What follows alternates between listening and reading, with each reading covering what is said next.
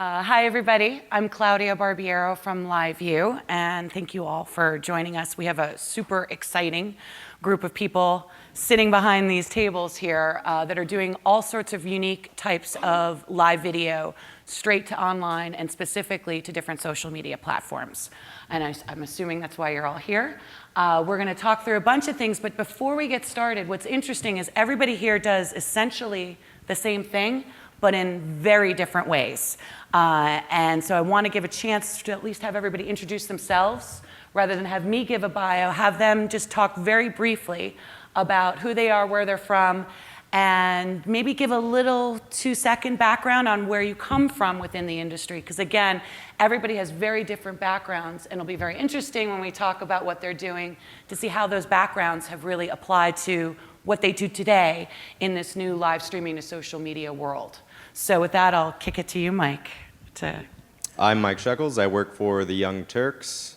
I'm from Orange County, living in LA.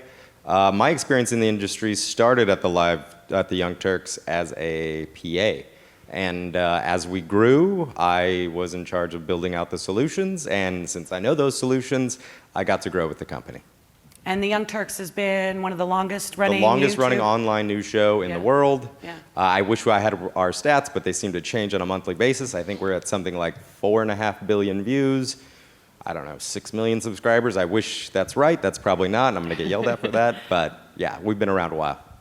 Thanks. Troy? I'm Troy Witt from Take One Digital. I started in the traditional television model, and early web video was video on demand only. I go back, though, so far I was telling Claudia that when live streaming media was Windows Media Video was the only thing that you had. This was pre-Flash, pre-H.264.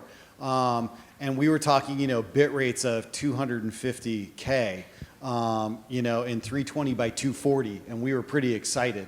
So I've seen it come a long way. Primarily, my company does live event webcasting. Everything from live surgery to doctors around the world that are watching and commenting on it as medical education to graduations for the large universities, which will have hundreds of thousands of viewers watching at the same time, to everything in between.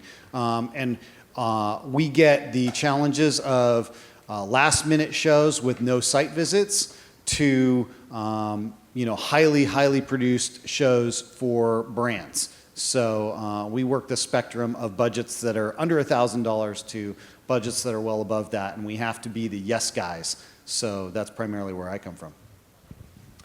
Dustin, Butler. I tech direct and produce live content over at Funny or Die. Started out producing scripted content and ended up in live last year producing and tech directing over at Geek and Sundry's Twitch channel. Now I'm at Funny or Die doing live content on Facebook, on Twitch, and for branded content as well that comes through our partner division. And I just want to mention, because I think it's interesting that this is someone that's very new to live, that has had a rapid learning curve and has had to do it sort of by the seat of your pants, but no time to fail.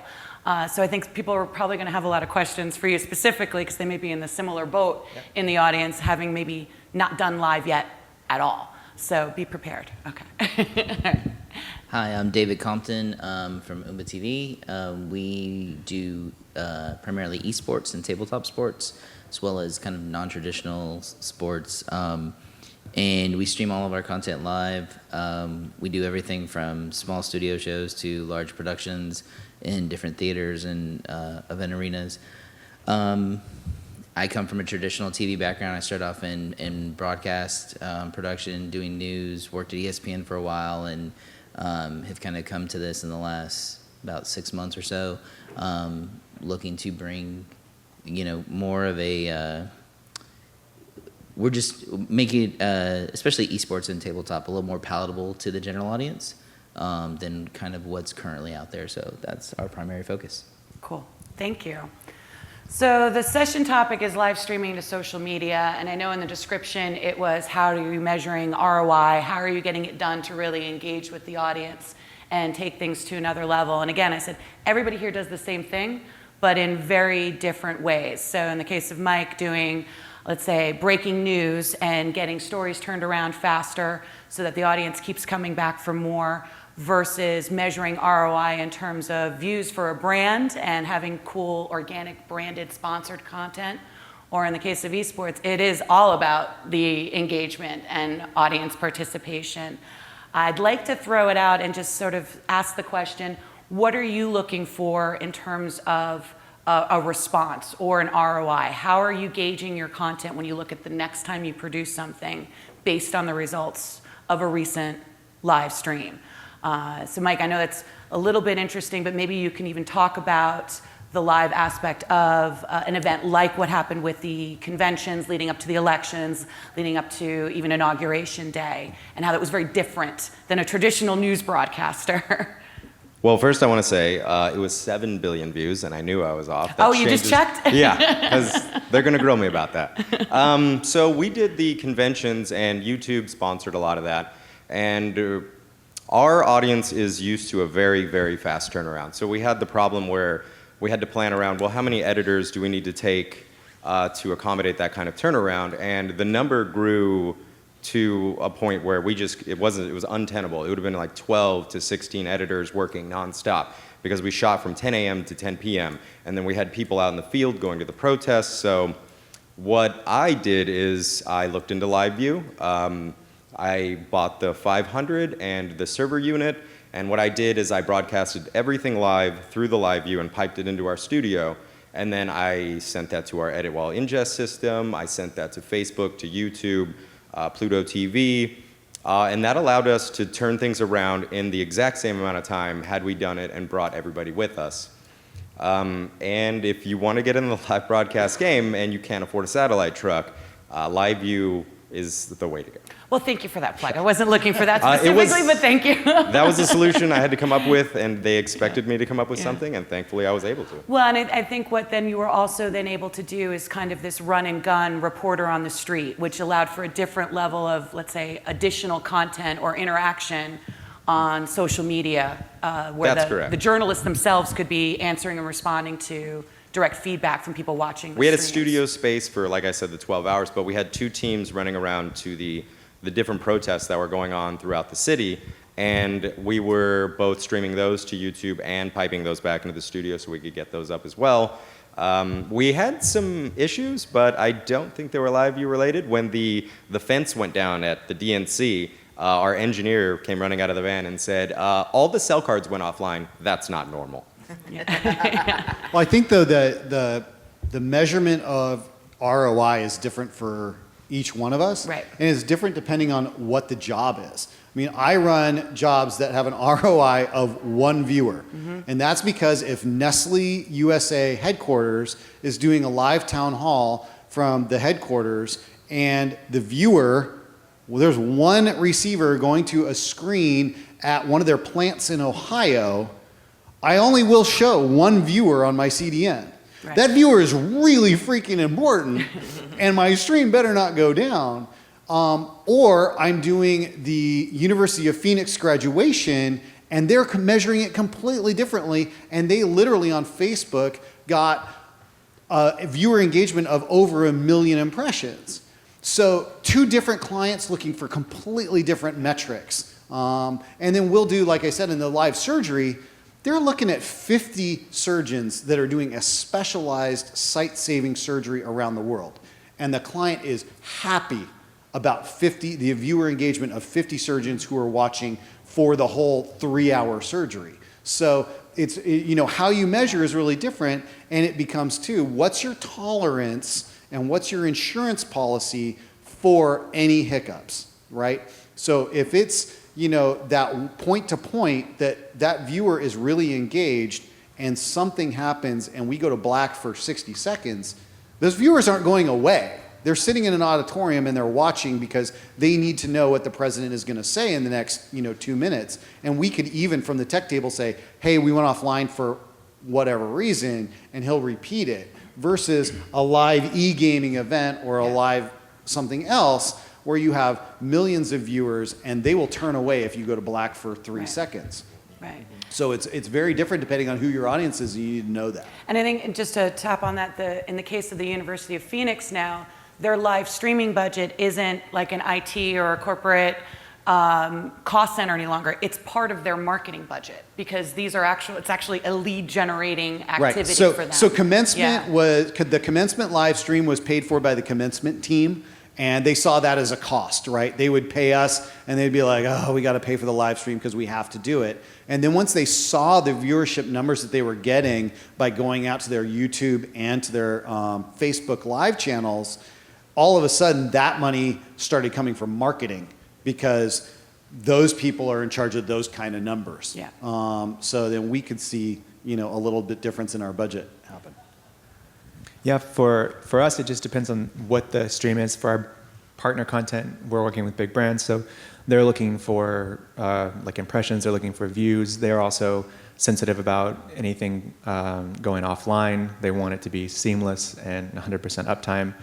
So having to design an infrastructure to support that is extremely important, whereas like our Twitch content is a little bit more fluid. That audience is used to streams blacking out. It's something that we've had situations where the talent isn't as familiar working with it. So suddenly we have someone who we were told wouldn't be mic'd, now suddenly is on camera with no mic.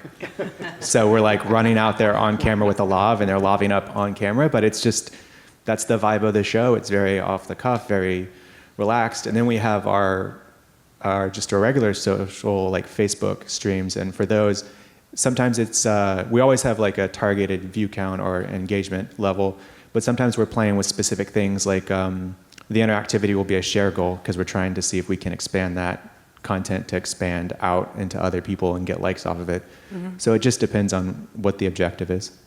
Yeah, and so in terms of that objective on Twitch, there's probably more engagement, direct interaction with that audience versus branded content on Facebook. So it also depends on the platform that you're broadcasting to, which we'll get into in a little bit, but I'll let you answer first. Yeah, for us, it's, I mean, like they mentioned, Twitch is something that's very targeted. The Twitch viewers used to either the game buffing or their signal buffing. I'm sure we've all experienced Twitch itself, just not wanting to play nice that day, whether it's OBS, whether it's vMix, whether it's whatever you're using.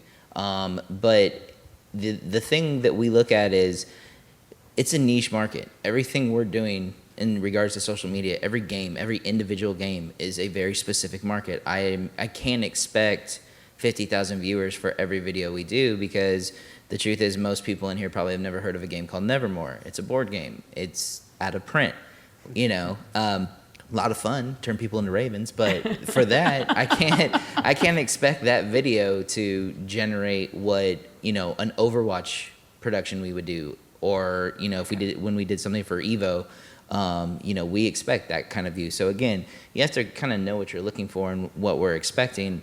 And what we kind of look at throughout on all the different platforms is repeat viewers. We're looking for consistency. So did we get them the one time, or are they coming back each weekend to watch the tournament? Are they coming back multiple times to watch the video? For us, it's a very organic and slow way, but that's the best way we can measure, because again, part of it is teaching people what they're watching. A lot of people don't understand the esport they're watching, the board game they're watching, whatever it is. So part of our challenge is teaching them, here's what you're looking for, here's what's exciting. And so, our measurement, again, you just have to know what it is you're trying to accomplish with that, and be okay if it's not, Ryan's toy review and you don't have 54 million views for, opening eggs, so that's. And a lot of that I find for my clients, and my production team will get disappointed in the view count sometimes.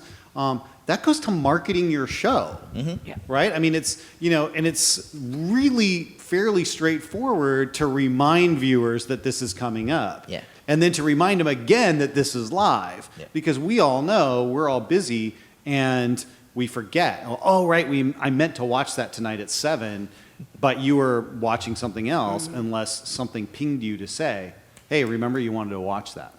And I think that comes down to not just producing for the platform, as you guys were just touching on, but actually producing. That the live stream, you actually have to approach it like a typical linear television production. So simple things like setting the scene or the stage, or if you're doing a remote, having a plan or a shot list or know where you're going to be within that space or event, and actually doing promotions before, during, and after. When you go live, talk about what you're about to go live about and give people that 5, 10, 15 minutes to still tune in and engage. Because viewing times are different on the different platforms. So I don't know if you guys want to maybe talk a little bit about the approach to whether it's in studio, it's remote, it's a combination of both, what that basic approach is when you're thinking about that live stream activity. How are you producing for that? What type of personnel are you allocating, either in studio or on site? Are there new types of people, like producers for the social media aspects? You know, maybe chat a little bit about that a little bit. And Well, any one of you can jump in. All right. So for us, everything's a live production. It's just like a sports production. We have our producers, we have our director, technical director, audio, camera ops. Although lately I've been doing more PTZ and just having one op because kind of over people. It turns out they all have to go to the bathroom at the same time. That's right in the middle of the show. But anyway, no, it's a full television production. I think if you want your stream, whatever it is, to have that feel, then you're putting that production in. We do have one producer whose whole job it is to set up Hootsuite and time everything. So if we're going live at 7, we've got tweets going out all day. Then 6, 6:30, 6:45, 6:50, 6:55, letting everyone know. All of our streams, we've started incorporating a countdown timer. 5 minutes out, it's like this event is coming up live. All our streams start at least 5 minutes early with that, just so people know what's going on. The other thing too, especially when we use Twitch, one of the things that my talent gets upset about is that if you log on to Twitch at 7 o'clock or even YouTube at 7 o'clock to watch the show, you've got to wait 30 seconds. So if they waste all their good material 30 seconds out, the viewer will miss it because they've got to watch an ad. That's just the platform. That's what we're kind of constrained with at this point. So we try and get people there before the time starts. That way, when my guy's like, no one responded to my joke, I'm like, well, A, it wasn't funny, but B, they also were watching, a Kleenex commercial because, someone's got to make money. But it is if you don't have someone in charge of your social media, someone in charge of the actual camera physical production side, then you'll just miss. You're just going to miss half your audience because they're just not going to know. I think my use case is slightly different. So we leverage it a lot for our reporting teams who are just run and gun. And those teams are a host who doubles as a producer, a cameraman who doubles as a LiveU operator, and then a producer at home base who's doing, titling, tagging, social media type things. And that's really all you need to do that. So in a circumstance like that, the backdrop is less important. It's more the content that's king there. So as long as the LiveU is working and the signal is strong enough, which surprisingly, you can stream great with 1 meg, which is shocking to me, but it does work. I had people running around New York during the inauguration, and I'm watching the bandwidth just wringing my hands, and then they stop, catch somebody on the street, they frame up and do an interview, and it looks great. So. And yeah, we have productions that go everywhere from fully produced, multiple producers, every camera operator is there. It's rehearsed 5 times, and this show is going to be spit polished and beautiful, to single camera back of the room for an unveiling, a chair installation, whatever it is. And we go even smaller because the camera operator has the LiveU mounted on the hot shoe. He's mixing his audio live, and it's just going out to our client's Facebook page. And we don't even do a countdown for that because it's gonna, you can't trim off that front end countdown on Facebook Live. So boom, it's live, it's hot, it's going out to their viewership, and then the show wraps and we're off the air. And and for our clients, it's less than $1,500. So they're able to repeat that constantly and just get content out there at a very low price point. There's no graphics, there's no but it's single camera. And the viewership that's engaged is really invested in it. Yeah, we our stuff is all over the place as well. We have like our just everyday Facebook streams. That's usually just a team of 3 and maybe a camera person that also is lighting and everything. And I'm usually assisting and producing, but I'm also tech directing and switching the stream. But then we also scale up in the other direction. We did this one branded stream we were trying to cover the eclipse live. And for that, we had 2 LU units out in the field. One of them was in Salem, Oregon. One was on a parking structure in LA. And then we had a 5-camera studio setup that was kind of like the central coverage point. And for that, we had 2 ATEM switchers plugged into the LUs with 2 cameras picture-in-picture. So you had like the reporter and the eclipse. And that was incredibly intense. We had a lot of crew on that and had a cue sheet. I think I called like 60 cues, and there was 3 people switching, doing graphics and board hopping for that. Wow, that's amazing. And I think so. It spans the spectrum, and I definitely, when we open a Q&A, feel free, because I think every single person up here has probably got 4 or 5 different types of setups, depending on the type of production that they're doing and they need to go to. And it's kind of interesting how some of it can be as small as fitting inside one little box and someone hopping on a plane versus, doing true, REMI remote production with multiple cameras in the field and everything being produced at home. And they've got a lot of experience between all of them here. So to that point, when I chatted with everybody, there's some very unique and exciting, interesting, recent things that have happened. And I would think it would be great to kick it over and let's say, what was one of the most recent, or it doesn't have to be recent, more challenging environments? We just heard about the eclipse, which is great. Definitely the election, that whole season was crazy. David, I think you were just telling me about something that happened this weekend in Vegas, which might be a good way to kick off this. So, yeah, I'm still recovering. So over the summer, we put on a board game tournament we called Unrivaled, and it had the six different board games. We did remote shoots all across the country, which with the LiveU saved me so much money and let me keep my job. It was great.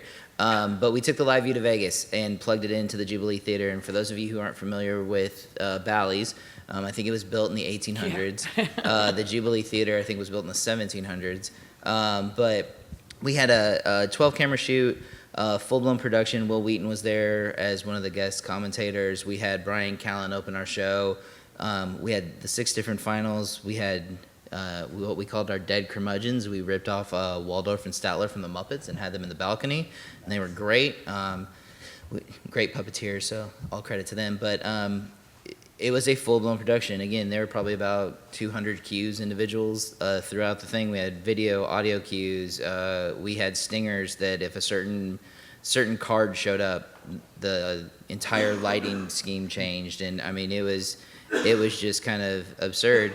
But one of the big issues we ran into is Vegas is not hardwired for internet right now, and especially Bally's. Bally's theme is old Vegas, and I don't think they're trying that hard. It just is.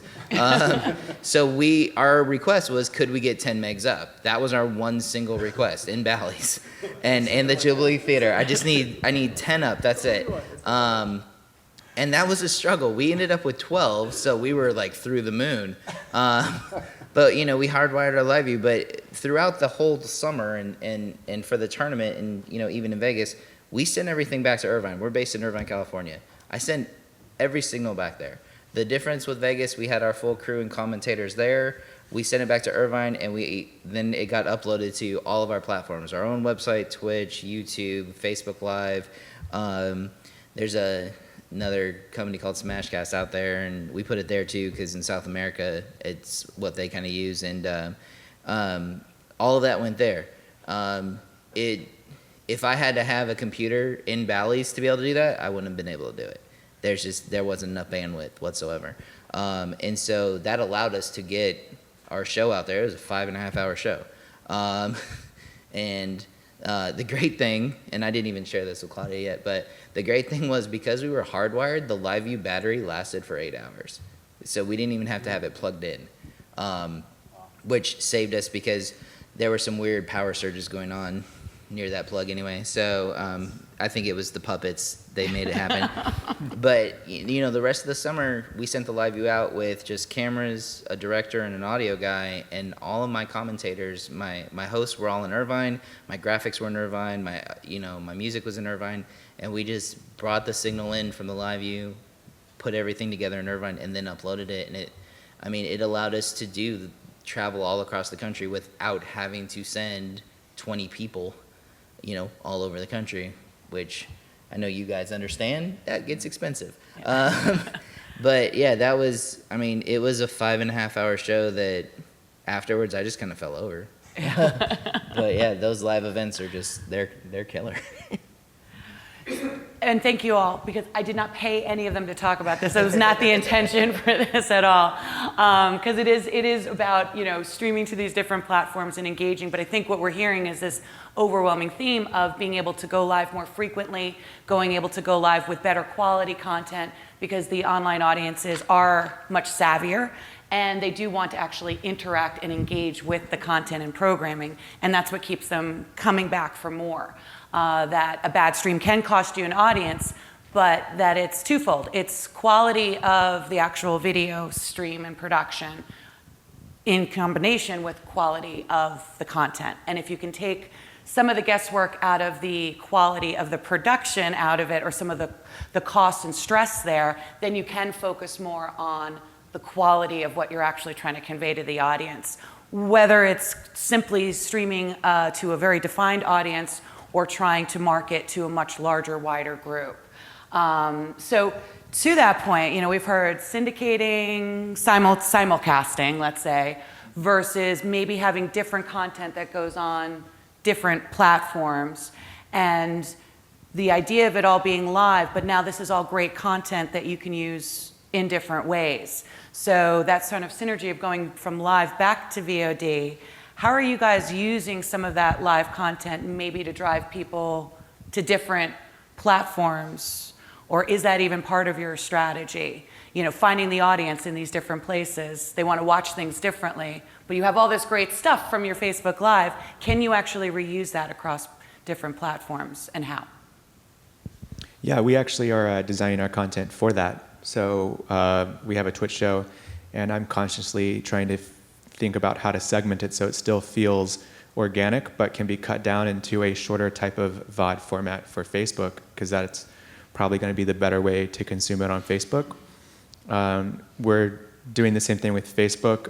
We're doing it live and then doing like a clean recorded program and then doing a cut down on that and re-uploading as a VOD, or we're taking it elsewhere and using it like on Twitch with a longer lead time, or going offline. So we try to go up in a block, 4-hour block or so.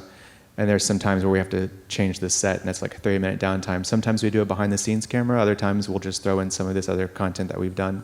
So we're constantly trying to think about and design our content so that it can be repurposed and reused over and over, trying to get the most out of it. Another thing that we think about is also how it's going to be packaged. So for our Facebook Lives, we saw a dramatic increase in engagement when we put a top title bar up. It doesn't look great, but like functionally, in terms of someone swiping over a screen, no one will read the title of the post, but they'll see this graphic at the top of the video that says something that's usually like a really strong call to action. And we'll use that also. Packaging is really important, thinking about it from a platform standpoint. Yeah, I think that's true.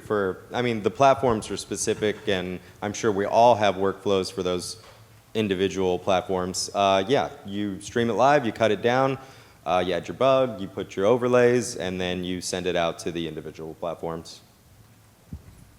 Yeah, I know for us, especially with Twitch, we have like a 3-minute kind of scissor reel that we immediately throw up after a live broadcast, because for those of you not familiar, Twitch will basically put up whatever you just aired, and it'll sit there, and that'll be on your channel until you air something else.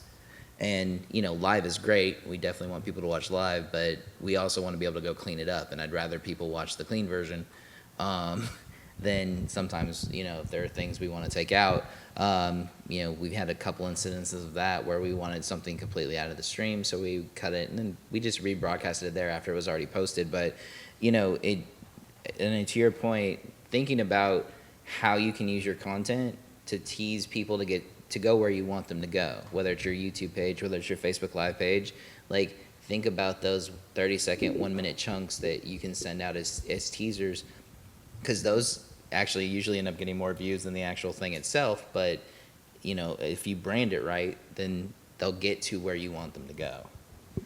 And we, just to the metric side of it too, we've consistently seen, right? If it's an hour show, you've only got so much time to get that viewership in, whereas the VOD, right, it's, there forever. So we counsel our clients of, hey, don't be disappointed at 1,000 viewers live, because over the next 24 hours, we typically see 10x that viewership. Because, right, we're in a country that we have time zones. I have to remind them too. And, if you're broadcasting it in New York at 8 o'clock at night, the Pacific Coast people aren't even home yet. They're not available to watch, or vice versa. Right. So you really have to think about that, and you have to think about how your platform is going to package that VOD. If it's immediate, like Facebook Live, there currently is no trim function there. So where we like to do a half-hour countdown, so that our audience knows it's coming and we can capture those viewers. But guess what? If it goes up on Facebook Live straight like that, that half-hour countdown is sitting there and is immediately what plays to the VOD people, which we don't want. So we don't start that stream until the minute it goes, so that those viewers, when it's there as video on demand, it's there. And yeah, you can upload the file later, but then our clients, who are not us, their metrics would change, and then they get new metrics for it. So we like to keep our shows nice and clean because we're not in control. We do the same exact thing for that exact same reason. I'm glad that we figured it out right. I will tell you though, as a brand and as a marketer, I am less concerned with that large number for the live, because also we all know the people who are engaging live really want to be there. So for me, that is a prospect, not just a lead. Versus the VOD is great, it's general interest, it's a nice stat, it helps me get more budget next year because I can show some ROI, but it's those people that were engaged in the live way. And that's where I put my planning and thought into when I look at our marketing planning for next year. What content got the most engagements while it was live? Was that really what people wanted to hear and see? Should we do more of that? Should we do less of it? It's much more of a barometer for me. And as well as the length of viewing time as well. And I think a couple of you had mentioned to me on the side how the viewing times are different. As a marketer, I get all this Facebook information about how to target and all this. We know that it takes about 20 minutes to get to that peak Facebook Live video viewership. And then at around the 40-minute mark, it starts to drop off. So that's sort of the sweet spot for the length of the content. But I think that goes to the fact that people will stay on for that amount of time and then bail, versus, I think you were mentioning, Dustin, that on Twitch, it's like an hour and a half people will stay online and watch. So it all comes down to even just thinking about what's your preamble, how long are you doing that sort of pregame, this is what's coming up, to give people that time to tune in and then really get the meat of what you're trying to convey or communicate. Well, and don't forget, we have to teach people how to watch videos online. I mean, this is a whole new thing. I mean, everyone always talks about, oh, everyone's cutting the cord, despite the fact we also have cable boxes so we can have internet. But it's teaching people how to do that. I mean, my son, obviously, he'll go on YouTube and he'll just keep clicking next. And it's just video after video after video. And he'll do that unless I take his iPad away, because, 2 in the morning, I'm finishing Overwatch, and I'm like, what are you doing awake? You're 4. And he's like, eggs. And I'm like, whatever. But we have to train people to do that. There are generations of people who grew up watching traditional TV, even cable, and they're used to 8 minutes worth of content, and then their brain needs a break. And if you bombard them with an hour and a half straight, I mean, the British model, the Asian model has never worked in the US for that specific reason. So as content creators and as people trying to get, your content out there, you have to keep that in mind and train people how to view it. We're still not there yet. Like you mentioned, Twitch viewers will sit there for an hour and a half easy. YouTube viewers, for the most part, will give you about 30 seconds and then they'll click the next video, unless they're engaged. So you have to keep in mind when you're putting all this together, I've got to grab their attention really quickly. Do I have time to build up to it? Like you mentioned, you maybe got 20 minutes on Facebook Live before a lot of people start really kicking in. But then at that 40-minute mark, if you're not done and there's something you need to say, you've missed your audience. So, can I just jump in on one thing that you said too about that built-in commercial break in the U.S. And I remind our clients when they're doing live shows and live things, especially when it's a bigger production, they don't need the commercial, right? They don't need commercial breaks. But that's always been a time in production that we fix things. Yep. And I've had clients come back to me after a show and they go, thank God you told us about putting in 2-minute video roll-ins throughout the show, because somebody's mic falls off, a set piece has a problem, there's somebody that needs to, be taken off camera to go to the bathroom or whatnot. And those 2-minute video rolls, it's not a commercial, but sometimes it's, hey, let's show you the demo of the new thing. And then the tape op can hit play, and that goes out, and everything else in the room can go dark for 2 minutes, and you can handle all those little things that need to be taken care of. Yeah, that's why I had dead puppets in my production, honestly. Is they were up in the balcony, everyone's attention in the theater and on screen, who was watching at home, that went to the puppets. Meanwhile, I've got stagehands running back and forth, we've got to change batteries and IFBs, we've got to do all these different things, and that, again, that 2 minutes makes the difference. People don't realize it's a commercial, they don't realize it's a mental break, but it is, and if you don't account for that, that's when people start clicking other things. That's a great tip. All right, so before we open up to questions, because I want to give some time for that for everyone in the audience, I would be remiss, we talked a lot about Twitch, Facebook, YouTube, and either an OVP on a website, just to that level. But there's a couple of, let's say, not new players, but the next generation that maybe isn't using Facebook as much, and a lot of people that are using these social media platforms to drive viewership to. So Instagram, Snapchat, anyone curious about LinkedIn starting video? Is there any? I don't. another platform. Well, I know. Yeah, I mean, I think Twitter. the main Sorry, thing. Periscope. Yeah. Yeah, if you don't take advantage of all the different platforms, you're just hurting yourselves. There's so many things out there like a Hootsuite, there's so many different programs now that allow you to kind of push all your stuff out at once on multiple platforms. And to not do it, you're losing revenue is how I kind of look at it, because there's no reason not to. It's not like it's an extra cost if you can do it all at once. But the thing I think you have to just keep in mind, whether it's LinkedIn adding these things, you have to treat it the exact same way you would a normal video or broadcast. They're not going to recreate the format. If you do Periscope, your Periscope video needs to be quick, it needs to be to the point, and it needs to move on, because you're only going to get a couple seconds. Taking advantage of Twitter still, just to use the bit links to get them to go to your video once it's finalized. Once you have that perfect video that you want, wherever it is, use Twitter. There's no reason not to. People will probably get annoyed when their phone vibrates real quick. Oh, another video from this person. But there's no reason not to take advantage of that, regardless of what new platform comes out. Okay. Yeah, I agree with that. If you're not hitting one of these platforms, especially the emerging ones, you're missing out on a part of the market, and that's just the way it is. And the cool thing is that there's tools out there, like you talked about, getting the bandwidth from your site to the cloud. There's different tools out there so that you don't have to have 6 encoders on site, each getting 5 meg, 10 meg up. So you want to use a service, I think LiveU might even be starting to handle that themselves. Yeah, but Switchboard Live is a great example of that. They also have a lot of there's a ton of people out there. In fact, there's probably some people exhibiting here, but it seems like every week there's another app or distribution method that actually aggregates some of the social content. Right, so that it's you can important go, to integrate with you can all go of one that. stream out from Yeah. your site at 5 meg. Right. That's all the backhaul you need on site, and then you aggregate it to your multiple distribution points by using the cloud or a data center that someone else owns, and you don't have to have that bandwidth. Yeah, I've actually used Switchboard that she's recommending, and Rudy, I think, is speaking later today. Yes. He works for them. And yeah, you send them one feed, and you can mult it out to wherever you want. Yep. Yeah, just don't tell Facebook you're doing it at the same time. Right. I'm sorry, is anyone?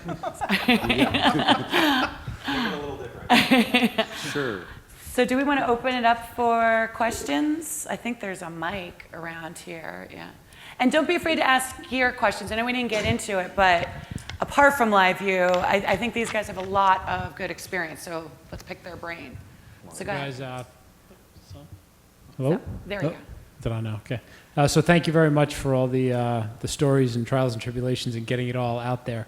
I guess the question I would have is around once you get it out to the different end users and communities and platform, how are you guys measuring either engagement or the quality of the stream? So how are you kind of getting a look back into the services you're delivering out from a quality of video standpoint? It's a really good question. Who wants to take it? Because I was gonna offer one of you guys up to, because you basically. I mean, the nice thing is most of these sites and all these platforms have metrics built in, so you can look at it. I mean, I think when you're doing a specific thing for a client, you know, and you have a very targeted thing, whether it's getting the viewer to that client's website, you know, we'll track that. You know, obviously quality, I'm my own biggest critic, but you know, I have my group of people in the world who I make watch things, whether they want to or not, to make sure that, you know, and they're watching on multiple devices. Because I think that's the other thing, too, we have to keep in mind is when you are using these kind of restreaming services, make sure that they can do different bandwidths so that if someone's watching on their iPhone, they're not losing versus someone watching on their laptop, you know, and making sure that they get that. But, yeah, I mean, we're following all the metrics that they give us. You know, we always try and have that social media engagement too. So how many retweets do we get? How many reposts do we get? Shares on Facebook, things of that nature. But I mean, all those are built in, and you may have to have someone who that's kind of one of their main tasks is to follow all that. We personally do because, you know, we have 5 different platforms, but it's really important for us to know where we're getting the most traction, and then we can allocate more resources to that or put them somewhere else where we want more traction. Yeah, we'll reevaluate. So after a period of time, we'll aggregate all of our Facebook Lives and track what worked. We'll think about it in terms of like if we did different interactivity kind of gimmick in the stream, which ones seem to do better because we tend to do the same basically types of interactive engagement tools in a stream. So we'll evaluate that. View count is a valuable metric for our programming team. For Twitch, we're evaluating differently because it's a different platform. So for that, it's like subscriber count, follow count's really important for us because we're building it out and building that community. And also thinking about, in terms of quality, Facebook Live, we're assuming they're basically on their iPhone not watching landscape. And that's really valuable to understand because one of the things that I ran into over at Geek and Sundry is people complaining about our text size being too small. And that's something that you don't really think about whenever you're kind of broadcasting it, because you're not thinking about how it's going to be consumed. And the idea that your video that you've put all this love and care is going to be watched in portrait mode on Facebook in the app is really upsetting, but something that you have to take into account and prepare for. Remember, guys, there were sand people when Luke looked through. All right, it's just like widescreen. We've gotten rid of 4:3 in theory, but now we have an even narrower thing. So being title safe for an iPhone or an Android is huge. Have you guys used any of the services or looked into developing it yourself so that it would automatically adapt based on the platform? We just started building graphics for title safe that would fit on a phone. Yeah. Because that vertical, I mean, it drives me personally everything's crazy. centered? Yeah, everything's dead centered. Everything looks great. Hello, thanks for the presentation. So I get a lot of feedback that if VOD has more viewership than live, why are we doing live? And I'm curious if you have any experience, does live create more VOD viewership based on the idea that those are people that are heavily sponsoring that event?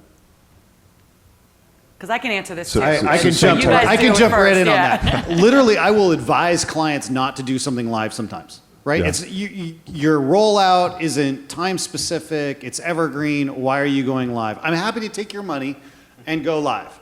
I mean, like, and LiveU is happy to do that.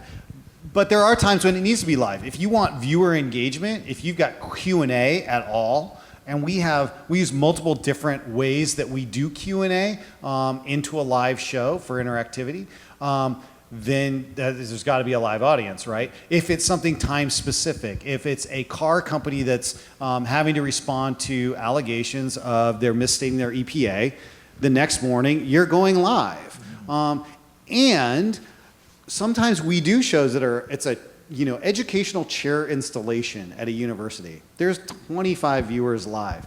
But you know what? It's now so easy to go live that why would not? we produce it and then do VOD when we make it live, boom, it's done, and it's VOD now instantly. And they can put that out as a news piece and get the buzz around that and get all their followers, and it goes on Facebook Live, and you use their aggregation to send it to everybody that likes it. So the live aspect, while you may be thinking, why are we going live for this? It really generates a demand because it was live. And because it's online. So to go live during a regular broadcast in traditional linear television as an advertiser or a sponsor, I don't get anything other than how many eyeballs were viewing it. And that's how I would base my budget. So if you look at branded content, which is really what I think is driving a lot of this online explosion, I'd want to know more than just how many eyeballs. I can't invest. I don't know if anything was successful other than maybe somehow I can track through to clicks through to my website or some, how I do that pull through. It is about the activation. So the one thing that's different with social media beyond even traditional OVPs and linear television is that I can engage with that audience. So whether it's a poll question and now all of a sudden I've just learned more about it, whether it's some of the baked in feedback and tools that you get from like Facebook, where they came beforehand, where they went after they watched my video, all these things help me hone a message so you can do big, wide broadcasts or really niche target marketing, which again, it comes down to, if I'm at a trade show, I don't care if I get 8,000 lead scans. You guys are all gonna get scanned by these vendors, right? I don't want all your badges. I want you and I want you. Because you guys, if I walk away with 2, you guys are the ones that are actually really engaged and actually want to know something from me and that I can help. So 2 is better than 2,000 in that case. And with online, I can now do that. I can find those 2 people. And with live, with let's say Q&A, right. We use our own platform that we built, and we have a field for the person's email address. And what we tell our client is, while you may not have time to answer that person's question live, like we can't get to everybody's question here, if they put in a real email address in there, somebody from the product team later can back channel with that customer. Although that potential later customer. it still has to be pretty darn quick. It still has to be quick, but somebody can back channel with them after the live event and say, hey, did we answer all your questions? Yeah. I saw you send in a question. Let's talk about what happened during the live show. And that engagement that is worth doesn't a lot happen more with money. VOD. Yeah. Well, and the other thing too is you have to look at your content. I mean, obviously for me, like I don't want to shoot a tournament, have a finale, and then the next day put it up. Because what happens? Everybody tweets out, oh, congratulations to Brian who won blah, blah, blah. Now I'm less likely to get someone to go back and watch it. You look at even NBC and their problem with Twitter during the Olympics. Their viewership was down. Why? Because everyone already knew Michael Phelps won 8 gold medals. Why am I gonna stay up till midnight to watch this? So you ask yourself what the content is. Like, does it need to get out there right away? If there's a game who's going to make an announcement and they shoot it and one person in that theater, even though there's supposedly a blackout, hey, cool, Black Ops is coming out with a peer-over-peer system that's going to tag you up. Why am I going to watch your press conference? You know what I mean? Like, so it's that kind of thing you have to ask yourself. What is this content? Where's the first time you hit it? I know for news, that's obviously time stamping. Exactly. So the VOD content is much less important to us. If you're not first, you're last. So when something breaks, you need to go live. Those clips will do well in VOD format, but there's a real drop-off after a couple of days. So if you're not live, that's where the bread and butter is, and then they can go back and watch the VOD content. But like I said, after 3 to 5 days, nobody's looking for that clip anymore. That is old hat, nobody cares. I was going to make a political reference. I won't. Something else has happened, and they're on to the next thing. Just to tighten it up a little bit, so I know we can get prospects from live. I'm wondering if anyone's done any A/B testing, whether if we've done live and the VOD has X viewership versus if we've just dropped it as a VOD, it has X viewership. Any feedback on that? You see, I'm wondering if live inspires more VOD. Yeah, I do see what you're saying, and I'm not sure if there's a difference. The live lets them know it's there, so I do feel like there will be an increase in VOD viewership if you have been live, because people will see those notifications. Even if they can't watch it, they'll see, oh no, they went live on the streets in New York the other day. They can't watch it right now, but they'll come home remembering, I saw this was live, I want to see what that's about. Here's the interesting reverse use case. There's probably only one person in the room that does this like me. We do a lot of medical stuff. And with all the regulations around medical, if it's live, it doesn't go through regulatory. Because if a doctor said it live at a conference, you can't kind of take it back. So we actually can say stuff and do stuff in the medical world live that we can't do VOD. So our shows will go live and it doesn't go VOD because once it's VOD, it has to be cleared by regulatory and any statements that were made have to be medically relevant. So it's an interesting flip-flop on that in the medical world. But don't also forget, if we're talking specifically about Facebook Live, the more times you go live, the better search results you get. It increases your algorithm. So sometimes the live doesn't even have to be great content. It's frequency at that point. I didn't say that, but it's true. So there's other benefits to it. But I will say, as someone who's been doing marketing for 20-something years, we have a lot of stats about video because video has been a key content for a long time. It's only recently that live has really become a component that everybody's thinking about as part of their marketing mix. There are stats on that, and there is. It still is that element of, is it new? I mean, yes, everything lives on the internet forever, but unless you're refreshing it, changing titles, resharing it in different ways, finding different ways to re-promote it, it's just out there, and it's done. And so live is that way of kind of constantly having, even if you're talking about the same thing. Even if it's the same news story over and over again, the fact that you're saying it again live, people will tune in. Yeah, for us, for Funny or Die, we have a great relationship with the industry, so we can get a lot of names. And if you get a specific person live on the internet, people freak out, and it helps drive traffic because they can't believe that so-and-so is live right now on Funny or Die's Facebook page, and we've seen that happen over and over. And I saw it over at Geek and Sundry as well. People just freak out. In live broadcast TV, there's an off-air communication system for the studio to talk to the talent or the interview subject and or the cameraman, field producer. Do you guys use those systems? Are they similar to broadcast TV? Do you use landlines or cell phones or something different? Yes. Yeah, I was just gonna say all of it, right? Yeah, I mean, for us, it's the exact same thing. We have a full comm system. We have IFB for all our talent. We're able to talk to our cameraman, our judges. I know when we still iPhones and Apple earbuds. I mean, those are some of your best IFBs still. Unfortunately, when you have to use it. But yeah, I mean, I know speaking for ourselves, and I'm guessing everyone up here. I mean, it's full television production still. Just the location of delivery has changed. That's all.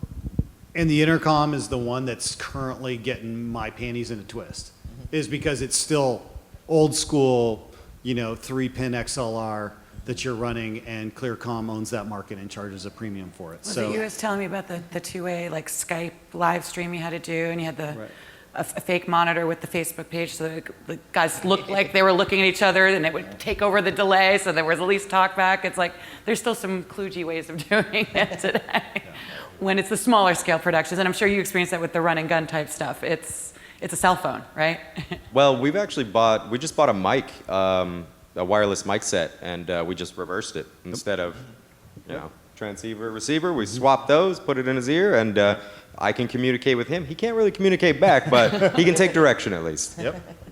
Yeah, it just depends on what the budget is. If we're doing branded stuff, then we're more typical. Everyone's wired. We have ways to communicate. For our day-to-day programming on our Twitch programming, the budget's not really there for that, so it is sometimes it's cell phone, Apple earbuds. But we'll also put a monitor in the room and have that linked up to a laptop, and we'll just display prompts or whatever that we need to, or we'll do it through the teleprompter, whatever's available. And never rule out yelling and screaming and jumping up and down behind the glass. Two questions. One specifically for Mike. You said you use LiveU and have used the Switchboard Live interface. What has been your experience with latency? There's always latency. We primarily broadcast to YouTube and Facebook, and those just have built-in latency. So for those shows, we're not too worried about interactivity, so it's less of an issue. Switchboard, I did not notice a drastic increase in delay. I just didn't. And with that, if you have multiple accounts, there's almost a limitless number of destinations you can hit. And have any of you dabbled in 360 Live? Yeah, I have, just casually. For Geek and Sundry, we would have a night where we were just really informal. It was extremely informal. So the episode, it was like on a variety act thing that would go for 5 hours, and we had a 360 camera. I forgot what it is. I forgot who made it, but we played around with it, and it was fun. It was interesting. I haven't done anything more sophisticated than that, though. Were you using encoding on that, or was it just straight from the camera? Because with 360, using like a LiveU encoder, you would have to have something that's already stitched when it comes out, Right, now that I remember, it's a camera that's tied to an app, so users had to download an app. Yeah. Okay. So we were sharing that, cycling that in chat and inviting people. It was like the behind the scenes stream through that app was us doing all the switching and stuff. Yeah, we see latency in all of our streams, and we counsel our clients that it's somewhere from 10 seconds to 45 seconds so that we manage expectations. And that means, like, if you're doing live Q&A, that they have to understand when they ask for questions that they need to vamp for 30 seconds to a minute for those questions to start coming in. So we always have, preceded questions that will start off the discussion, and you've got a certain amount of time for that round trip. And I advise them, like, I didn't get to sit in on the whole NFL Networks thing, but if you were sitting outside the Coliseum watching the Dish Network feed of the football game, you can hear what that delay is. It's not instantaneous. It's been 7 seconds. Yeah. So, we're the same as TV. Right. So, but it depends on the platform that you're streaming Right. through. We see typically like about 30 seconds on the Facebook side. So it's important to know that, yes, while there is latency and delay on the first mile, and I don't know if anybody went to that session earlier, I'm sure it was, watch it online, I'm sure it was good, because it was all about that aspect, but it's really the front end that's adding all that delivery time, if you will. But I think what was interesting is a lot of people here were talking about that whole idea of remote production or remote team producing at home. Because the latency is so low with that, you can do that in a live real-time way. It's really just the OVP that's adding the real latency to it. The technology has gotten to the point now where it's minimal. It's sub-second delays. Yeah. But it isn't gone, so you got to be Oh, aware. yeah. That's all. It does still have to move from one place to another. Yeah. Any other questions? Yeah. Shout. Yell it out. I'll repeat it. We're recording. Okay. So with Switchboard, or I don't know if you know of anything else, big concern of mine with Facebook Live is if the stream gets interrupted. We've scheduled this event. We've gained all these shares, likes, and reposts. Do you recommend any good software that can act as an intermediary in the cloud to keep a stream alive if encoding gets interrupted, or that could take maybe a primary and backup ingest or substitute into like a VOD or graphic or something like that? Well, there are some software encoders like Wirecast that'll allow you to do a backup stream to your primary, but it really just depends. And I like to do everything non-scheduled because things change. And you're right, once you start, if it stops for any reason, you just lost all those viewers and it's gone. You got to start over now and you have to build back up. And these guys are smarter than me and they have countdown timers, which I'm stealing that. Thank you. Yeah, so I'm looking for like a cloud-based solution. Yeah, well, I'll do a shameless plug here too, though. Part of the cool part about the LiveU technology is if there is some extreme bandwidth drops, the audio is still coming through on a separate channel. Right. So that in an extreme situation, which these days it would have to be super extreme, in the case of complete cell loss, then that's over. 24K. The audio is still coming through, and the CDN still registers that there's something transmitting to help prevent it from catastrophic end. Yeah, you're looking at 4 LiveU users. We prevent that using that. Yeah. Right. Can Switchboard do that too? If the signal drops, could it? I think that Switchboard does hold the stream for a certain amount of time if nothing's coming in. Right. Well, until you hit end. Most of the platforms do that in some shape or form. So YouTube, you lose the signal if you stop your encoder, restart it, don't change anything. Odds are you're fine. You're going to see some buffering, but that's it. Right. Yeah, and I mean, our thing is most of those things have that built-in delay that you can set. Don't be afraid to set it to 10 seconds. Right. Don't risk it. Like, so for LiveU, you can set the unit delay from anywhere from 2 to 10 seconds. So, or I actually think it goes longer than 10 seconds now. But like, we were able to do all summer 4 seconds with no problems. If there was any latency hits, we knock on wood, we experienced none except for in Atlanta, because there was a 20,000 person protest and apparently everyone decided to use their cell phone at the same time. But even then, we never fully lost signal. It just slowed down for a second. It looked exactly like it was buffering, just, on the website versus, from us. But they have those built-in latencies, use them. Like, no, I mean, hey, it's 7 and 10 seconds, why isn't this started? I mean, if you get that call, then that person's been a problem the whole time. But there's no reason to risk it at this point. Like, even going full live, it's not because, like we mentioned, Facebook adds 10 seconds at least. Twitch adds 10 seconds at least. I mean, you can time things out. We had a 4-second delay. When we had interviews, I would count my guys down. I'd queue my talent, across the country, count my guys down. They'd stop, interview start, same thing. So you can build those in to your show if you know how long that delay is, and then that way you're not worried as much, hey, this could take a hit because, I didn't give myself a buffer. Well, we've done remote interviews through the LiveU into the studio and set the delay to a minimum, which I think is 0.2? Yeah, 0.5? Yeah. And they were able to talk back and forth with absolutely zero issue. So.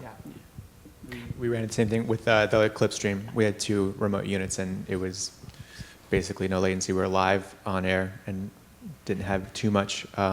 If we did have any delay situation, we just had everyone do like the waiting to talk kind of satellite. Yes, I was just news going to say, gag. Dan, you're in the audience. So Rudy and Dan are actually, I don't think Rudy's in here right now from Switchboard. They're doing a session, at 2:45. 20-minute session, so it's a great time to pick both their brains on it. Dan is our VP of technology, so knows a lot about latency, and Rudy obviously from Switchboard, so you can have a pretty good in-depth conversation there, yeah. So we're actually over time. Is that okay? I don't know. We have another. You want to take one more question? Another one, and then a reminder that lunch is not on the lawn, it's downstairs in the mirror below. So what, last question? Anyone? No? Everyone's hungry. We'll be hanging out. Yeah. But thank you, everybody. Thank you, guys. I really appreciate it. Great job.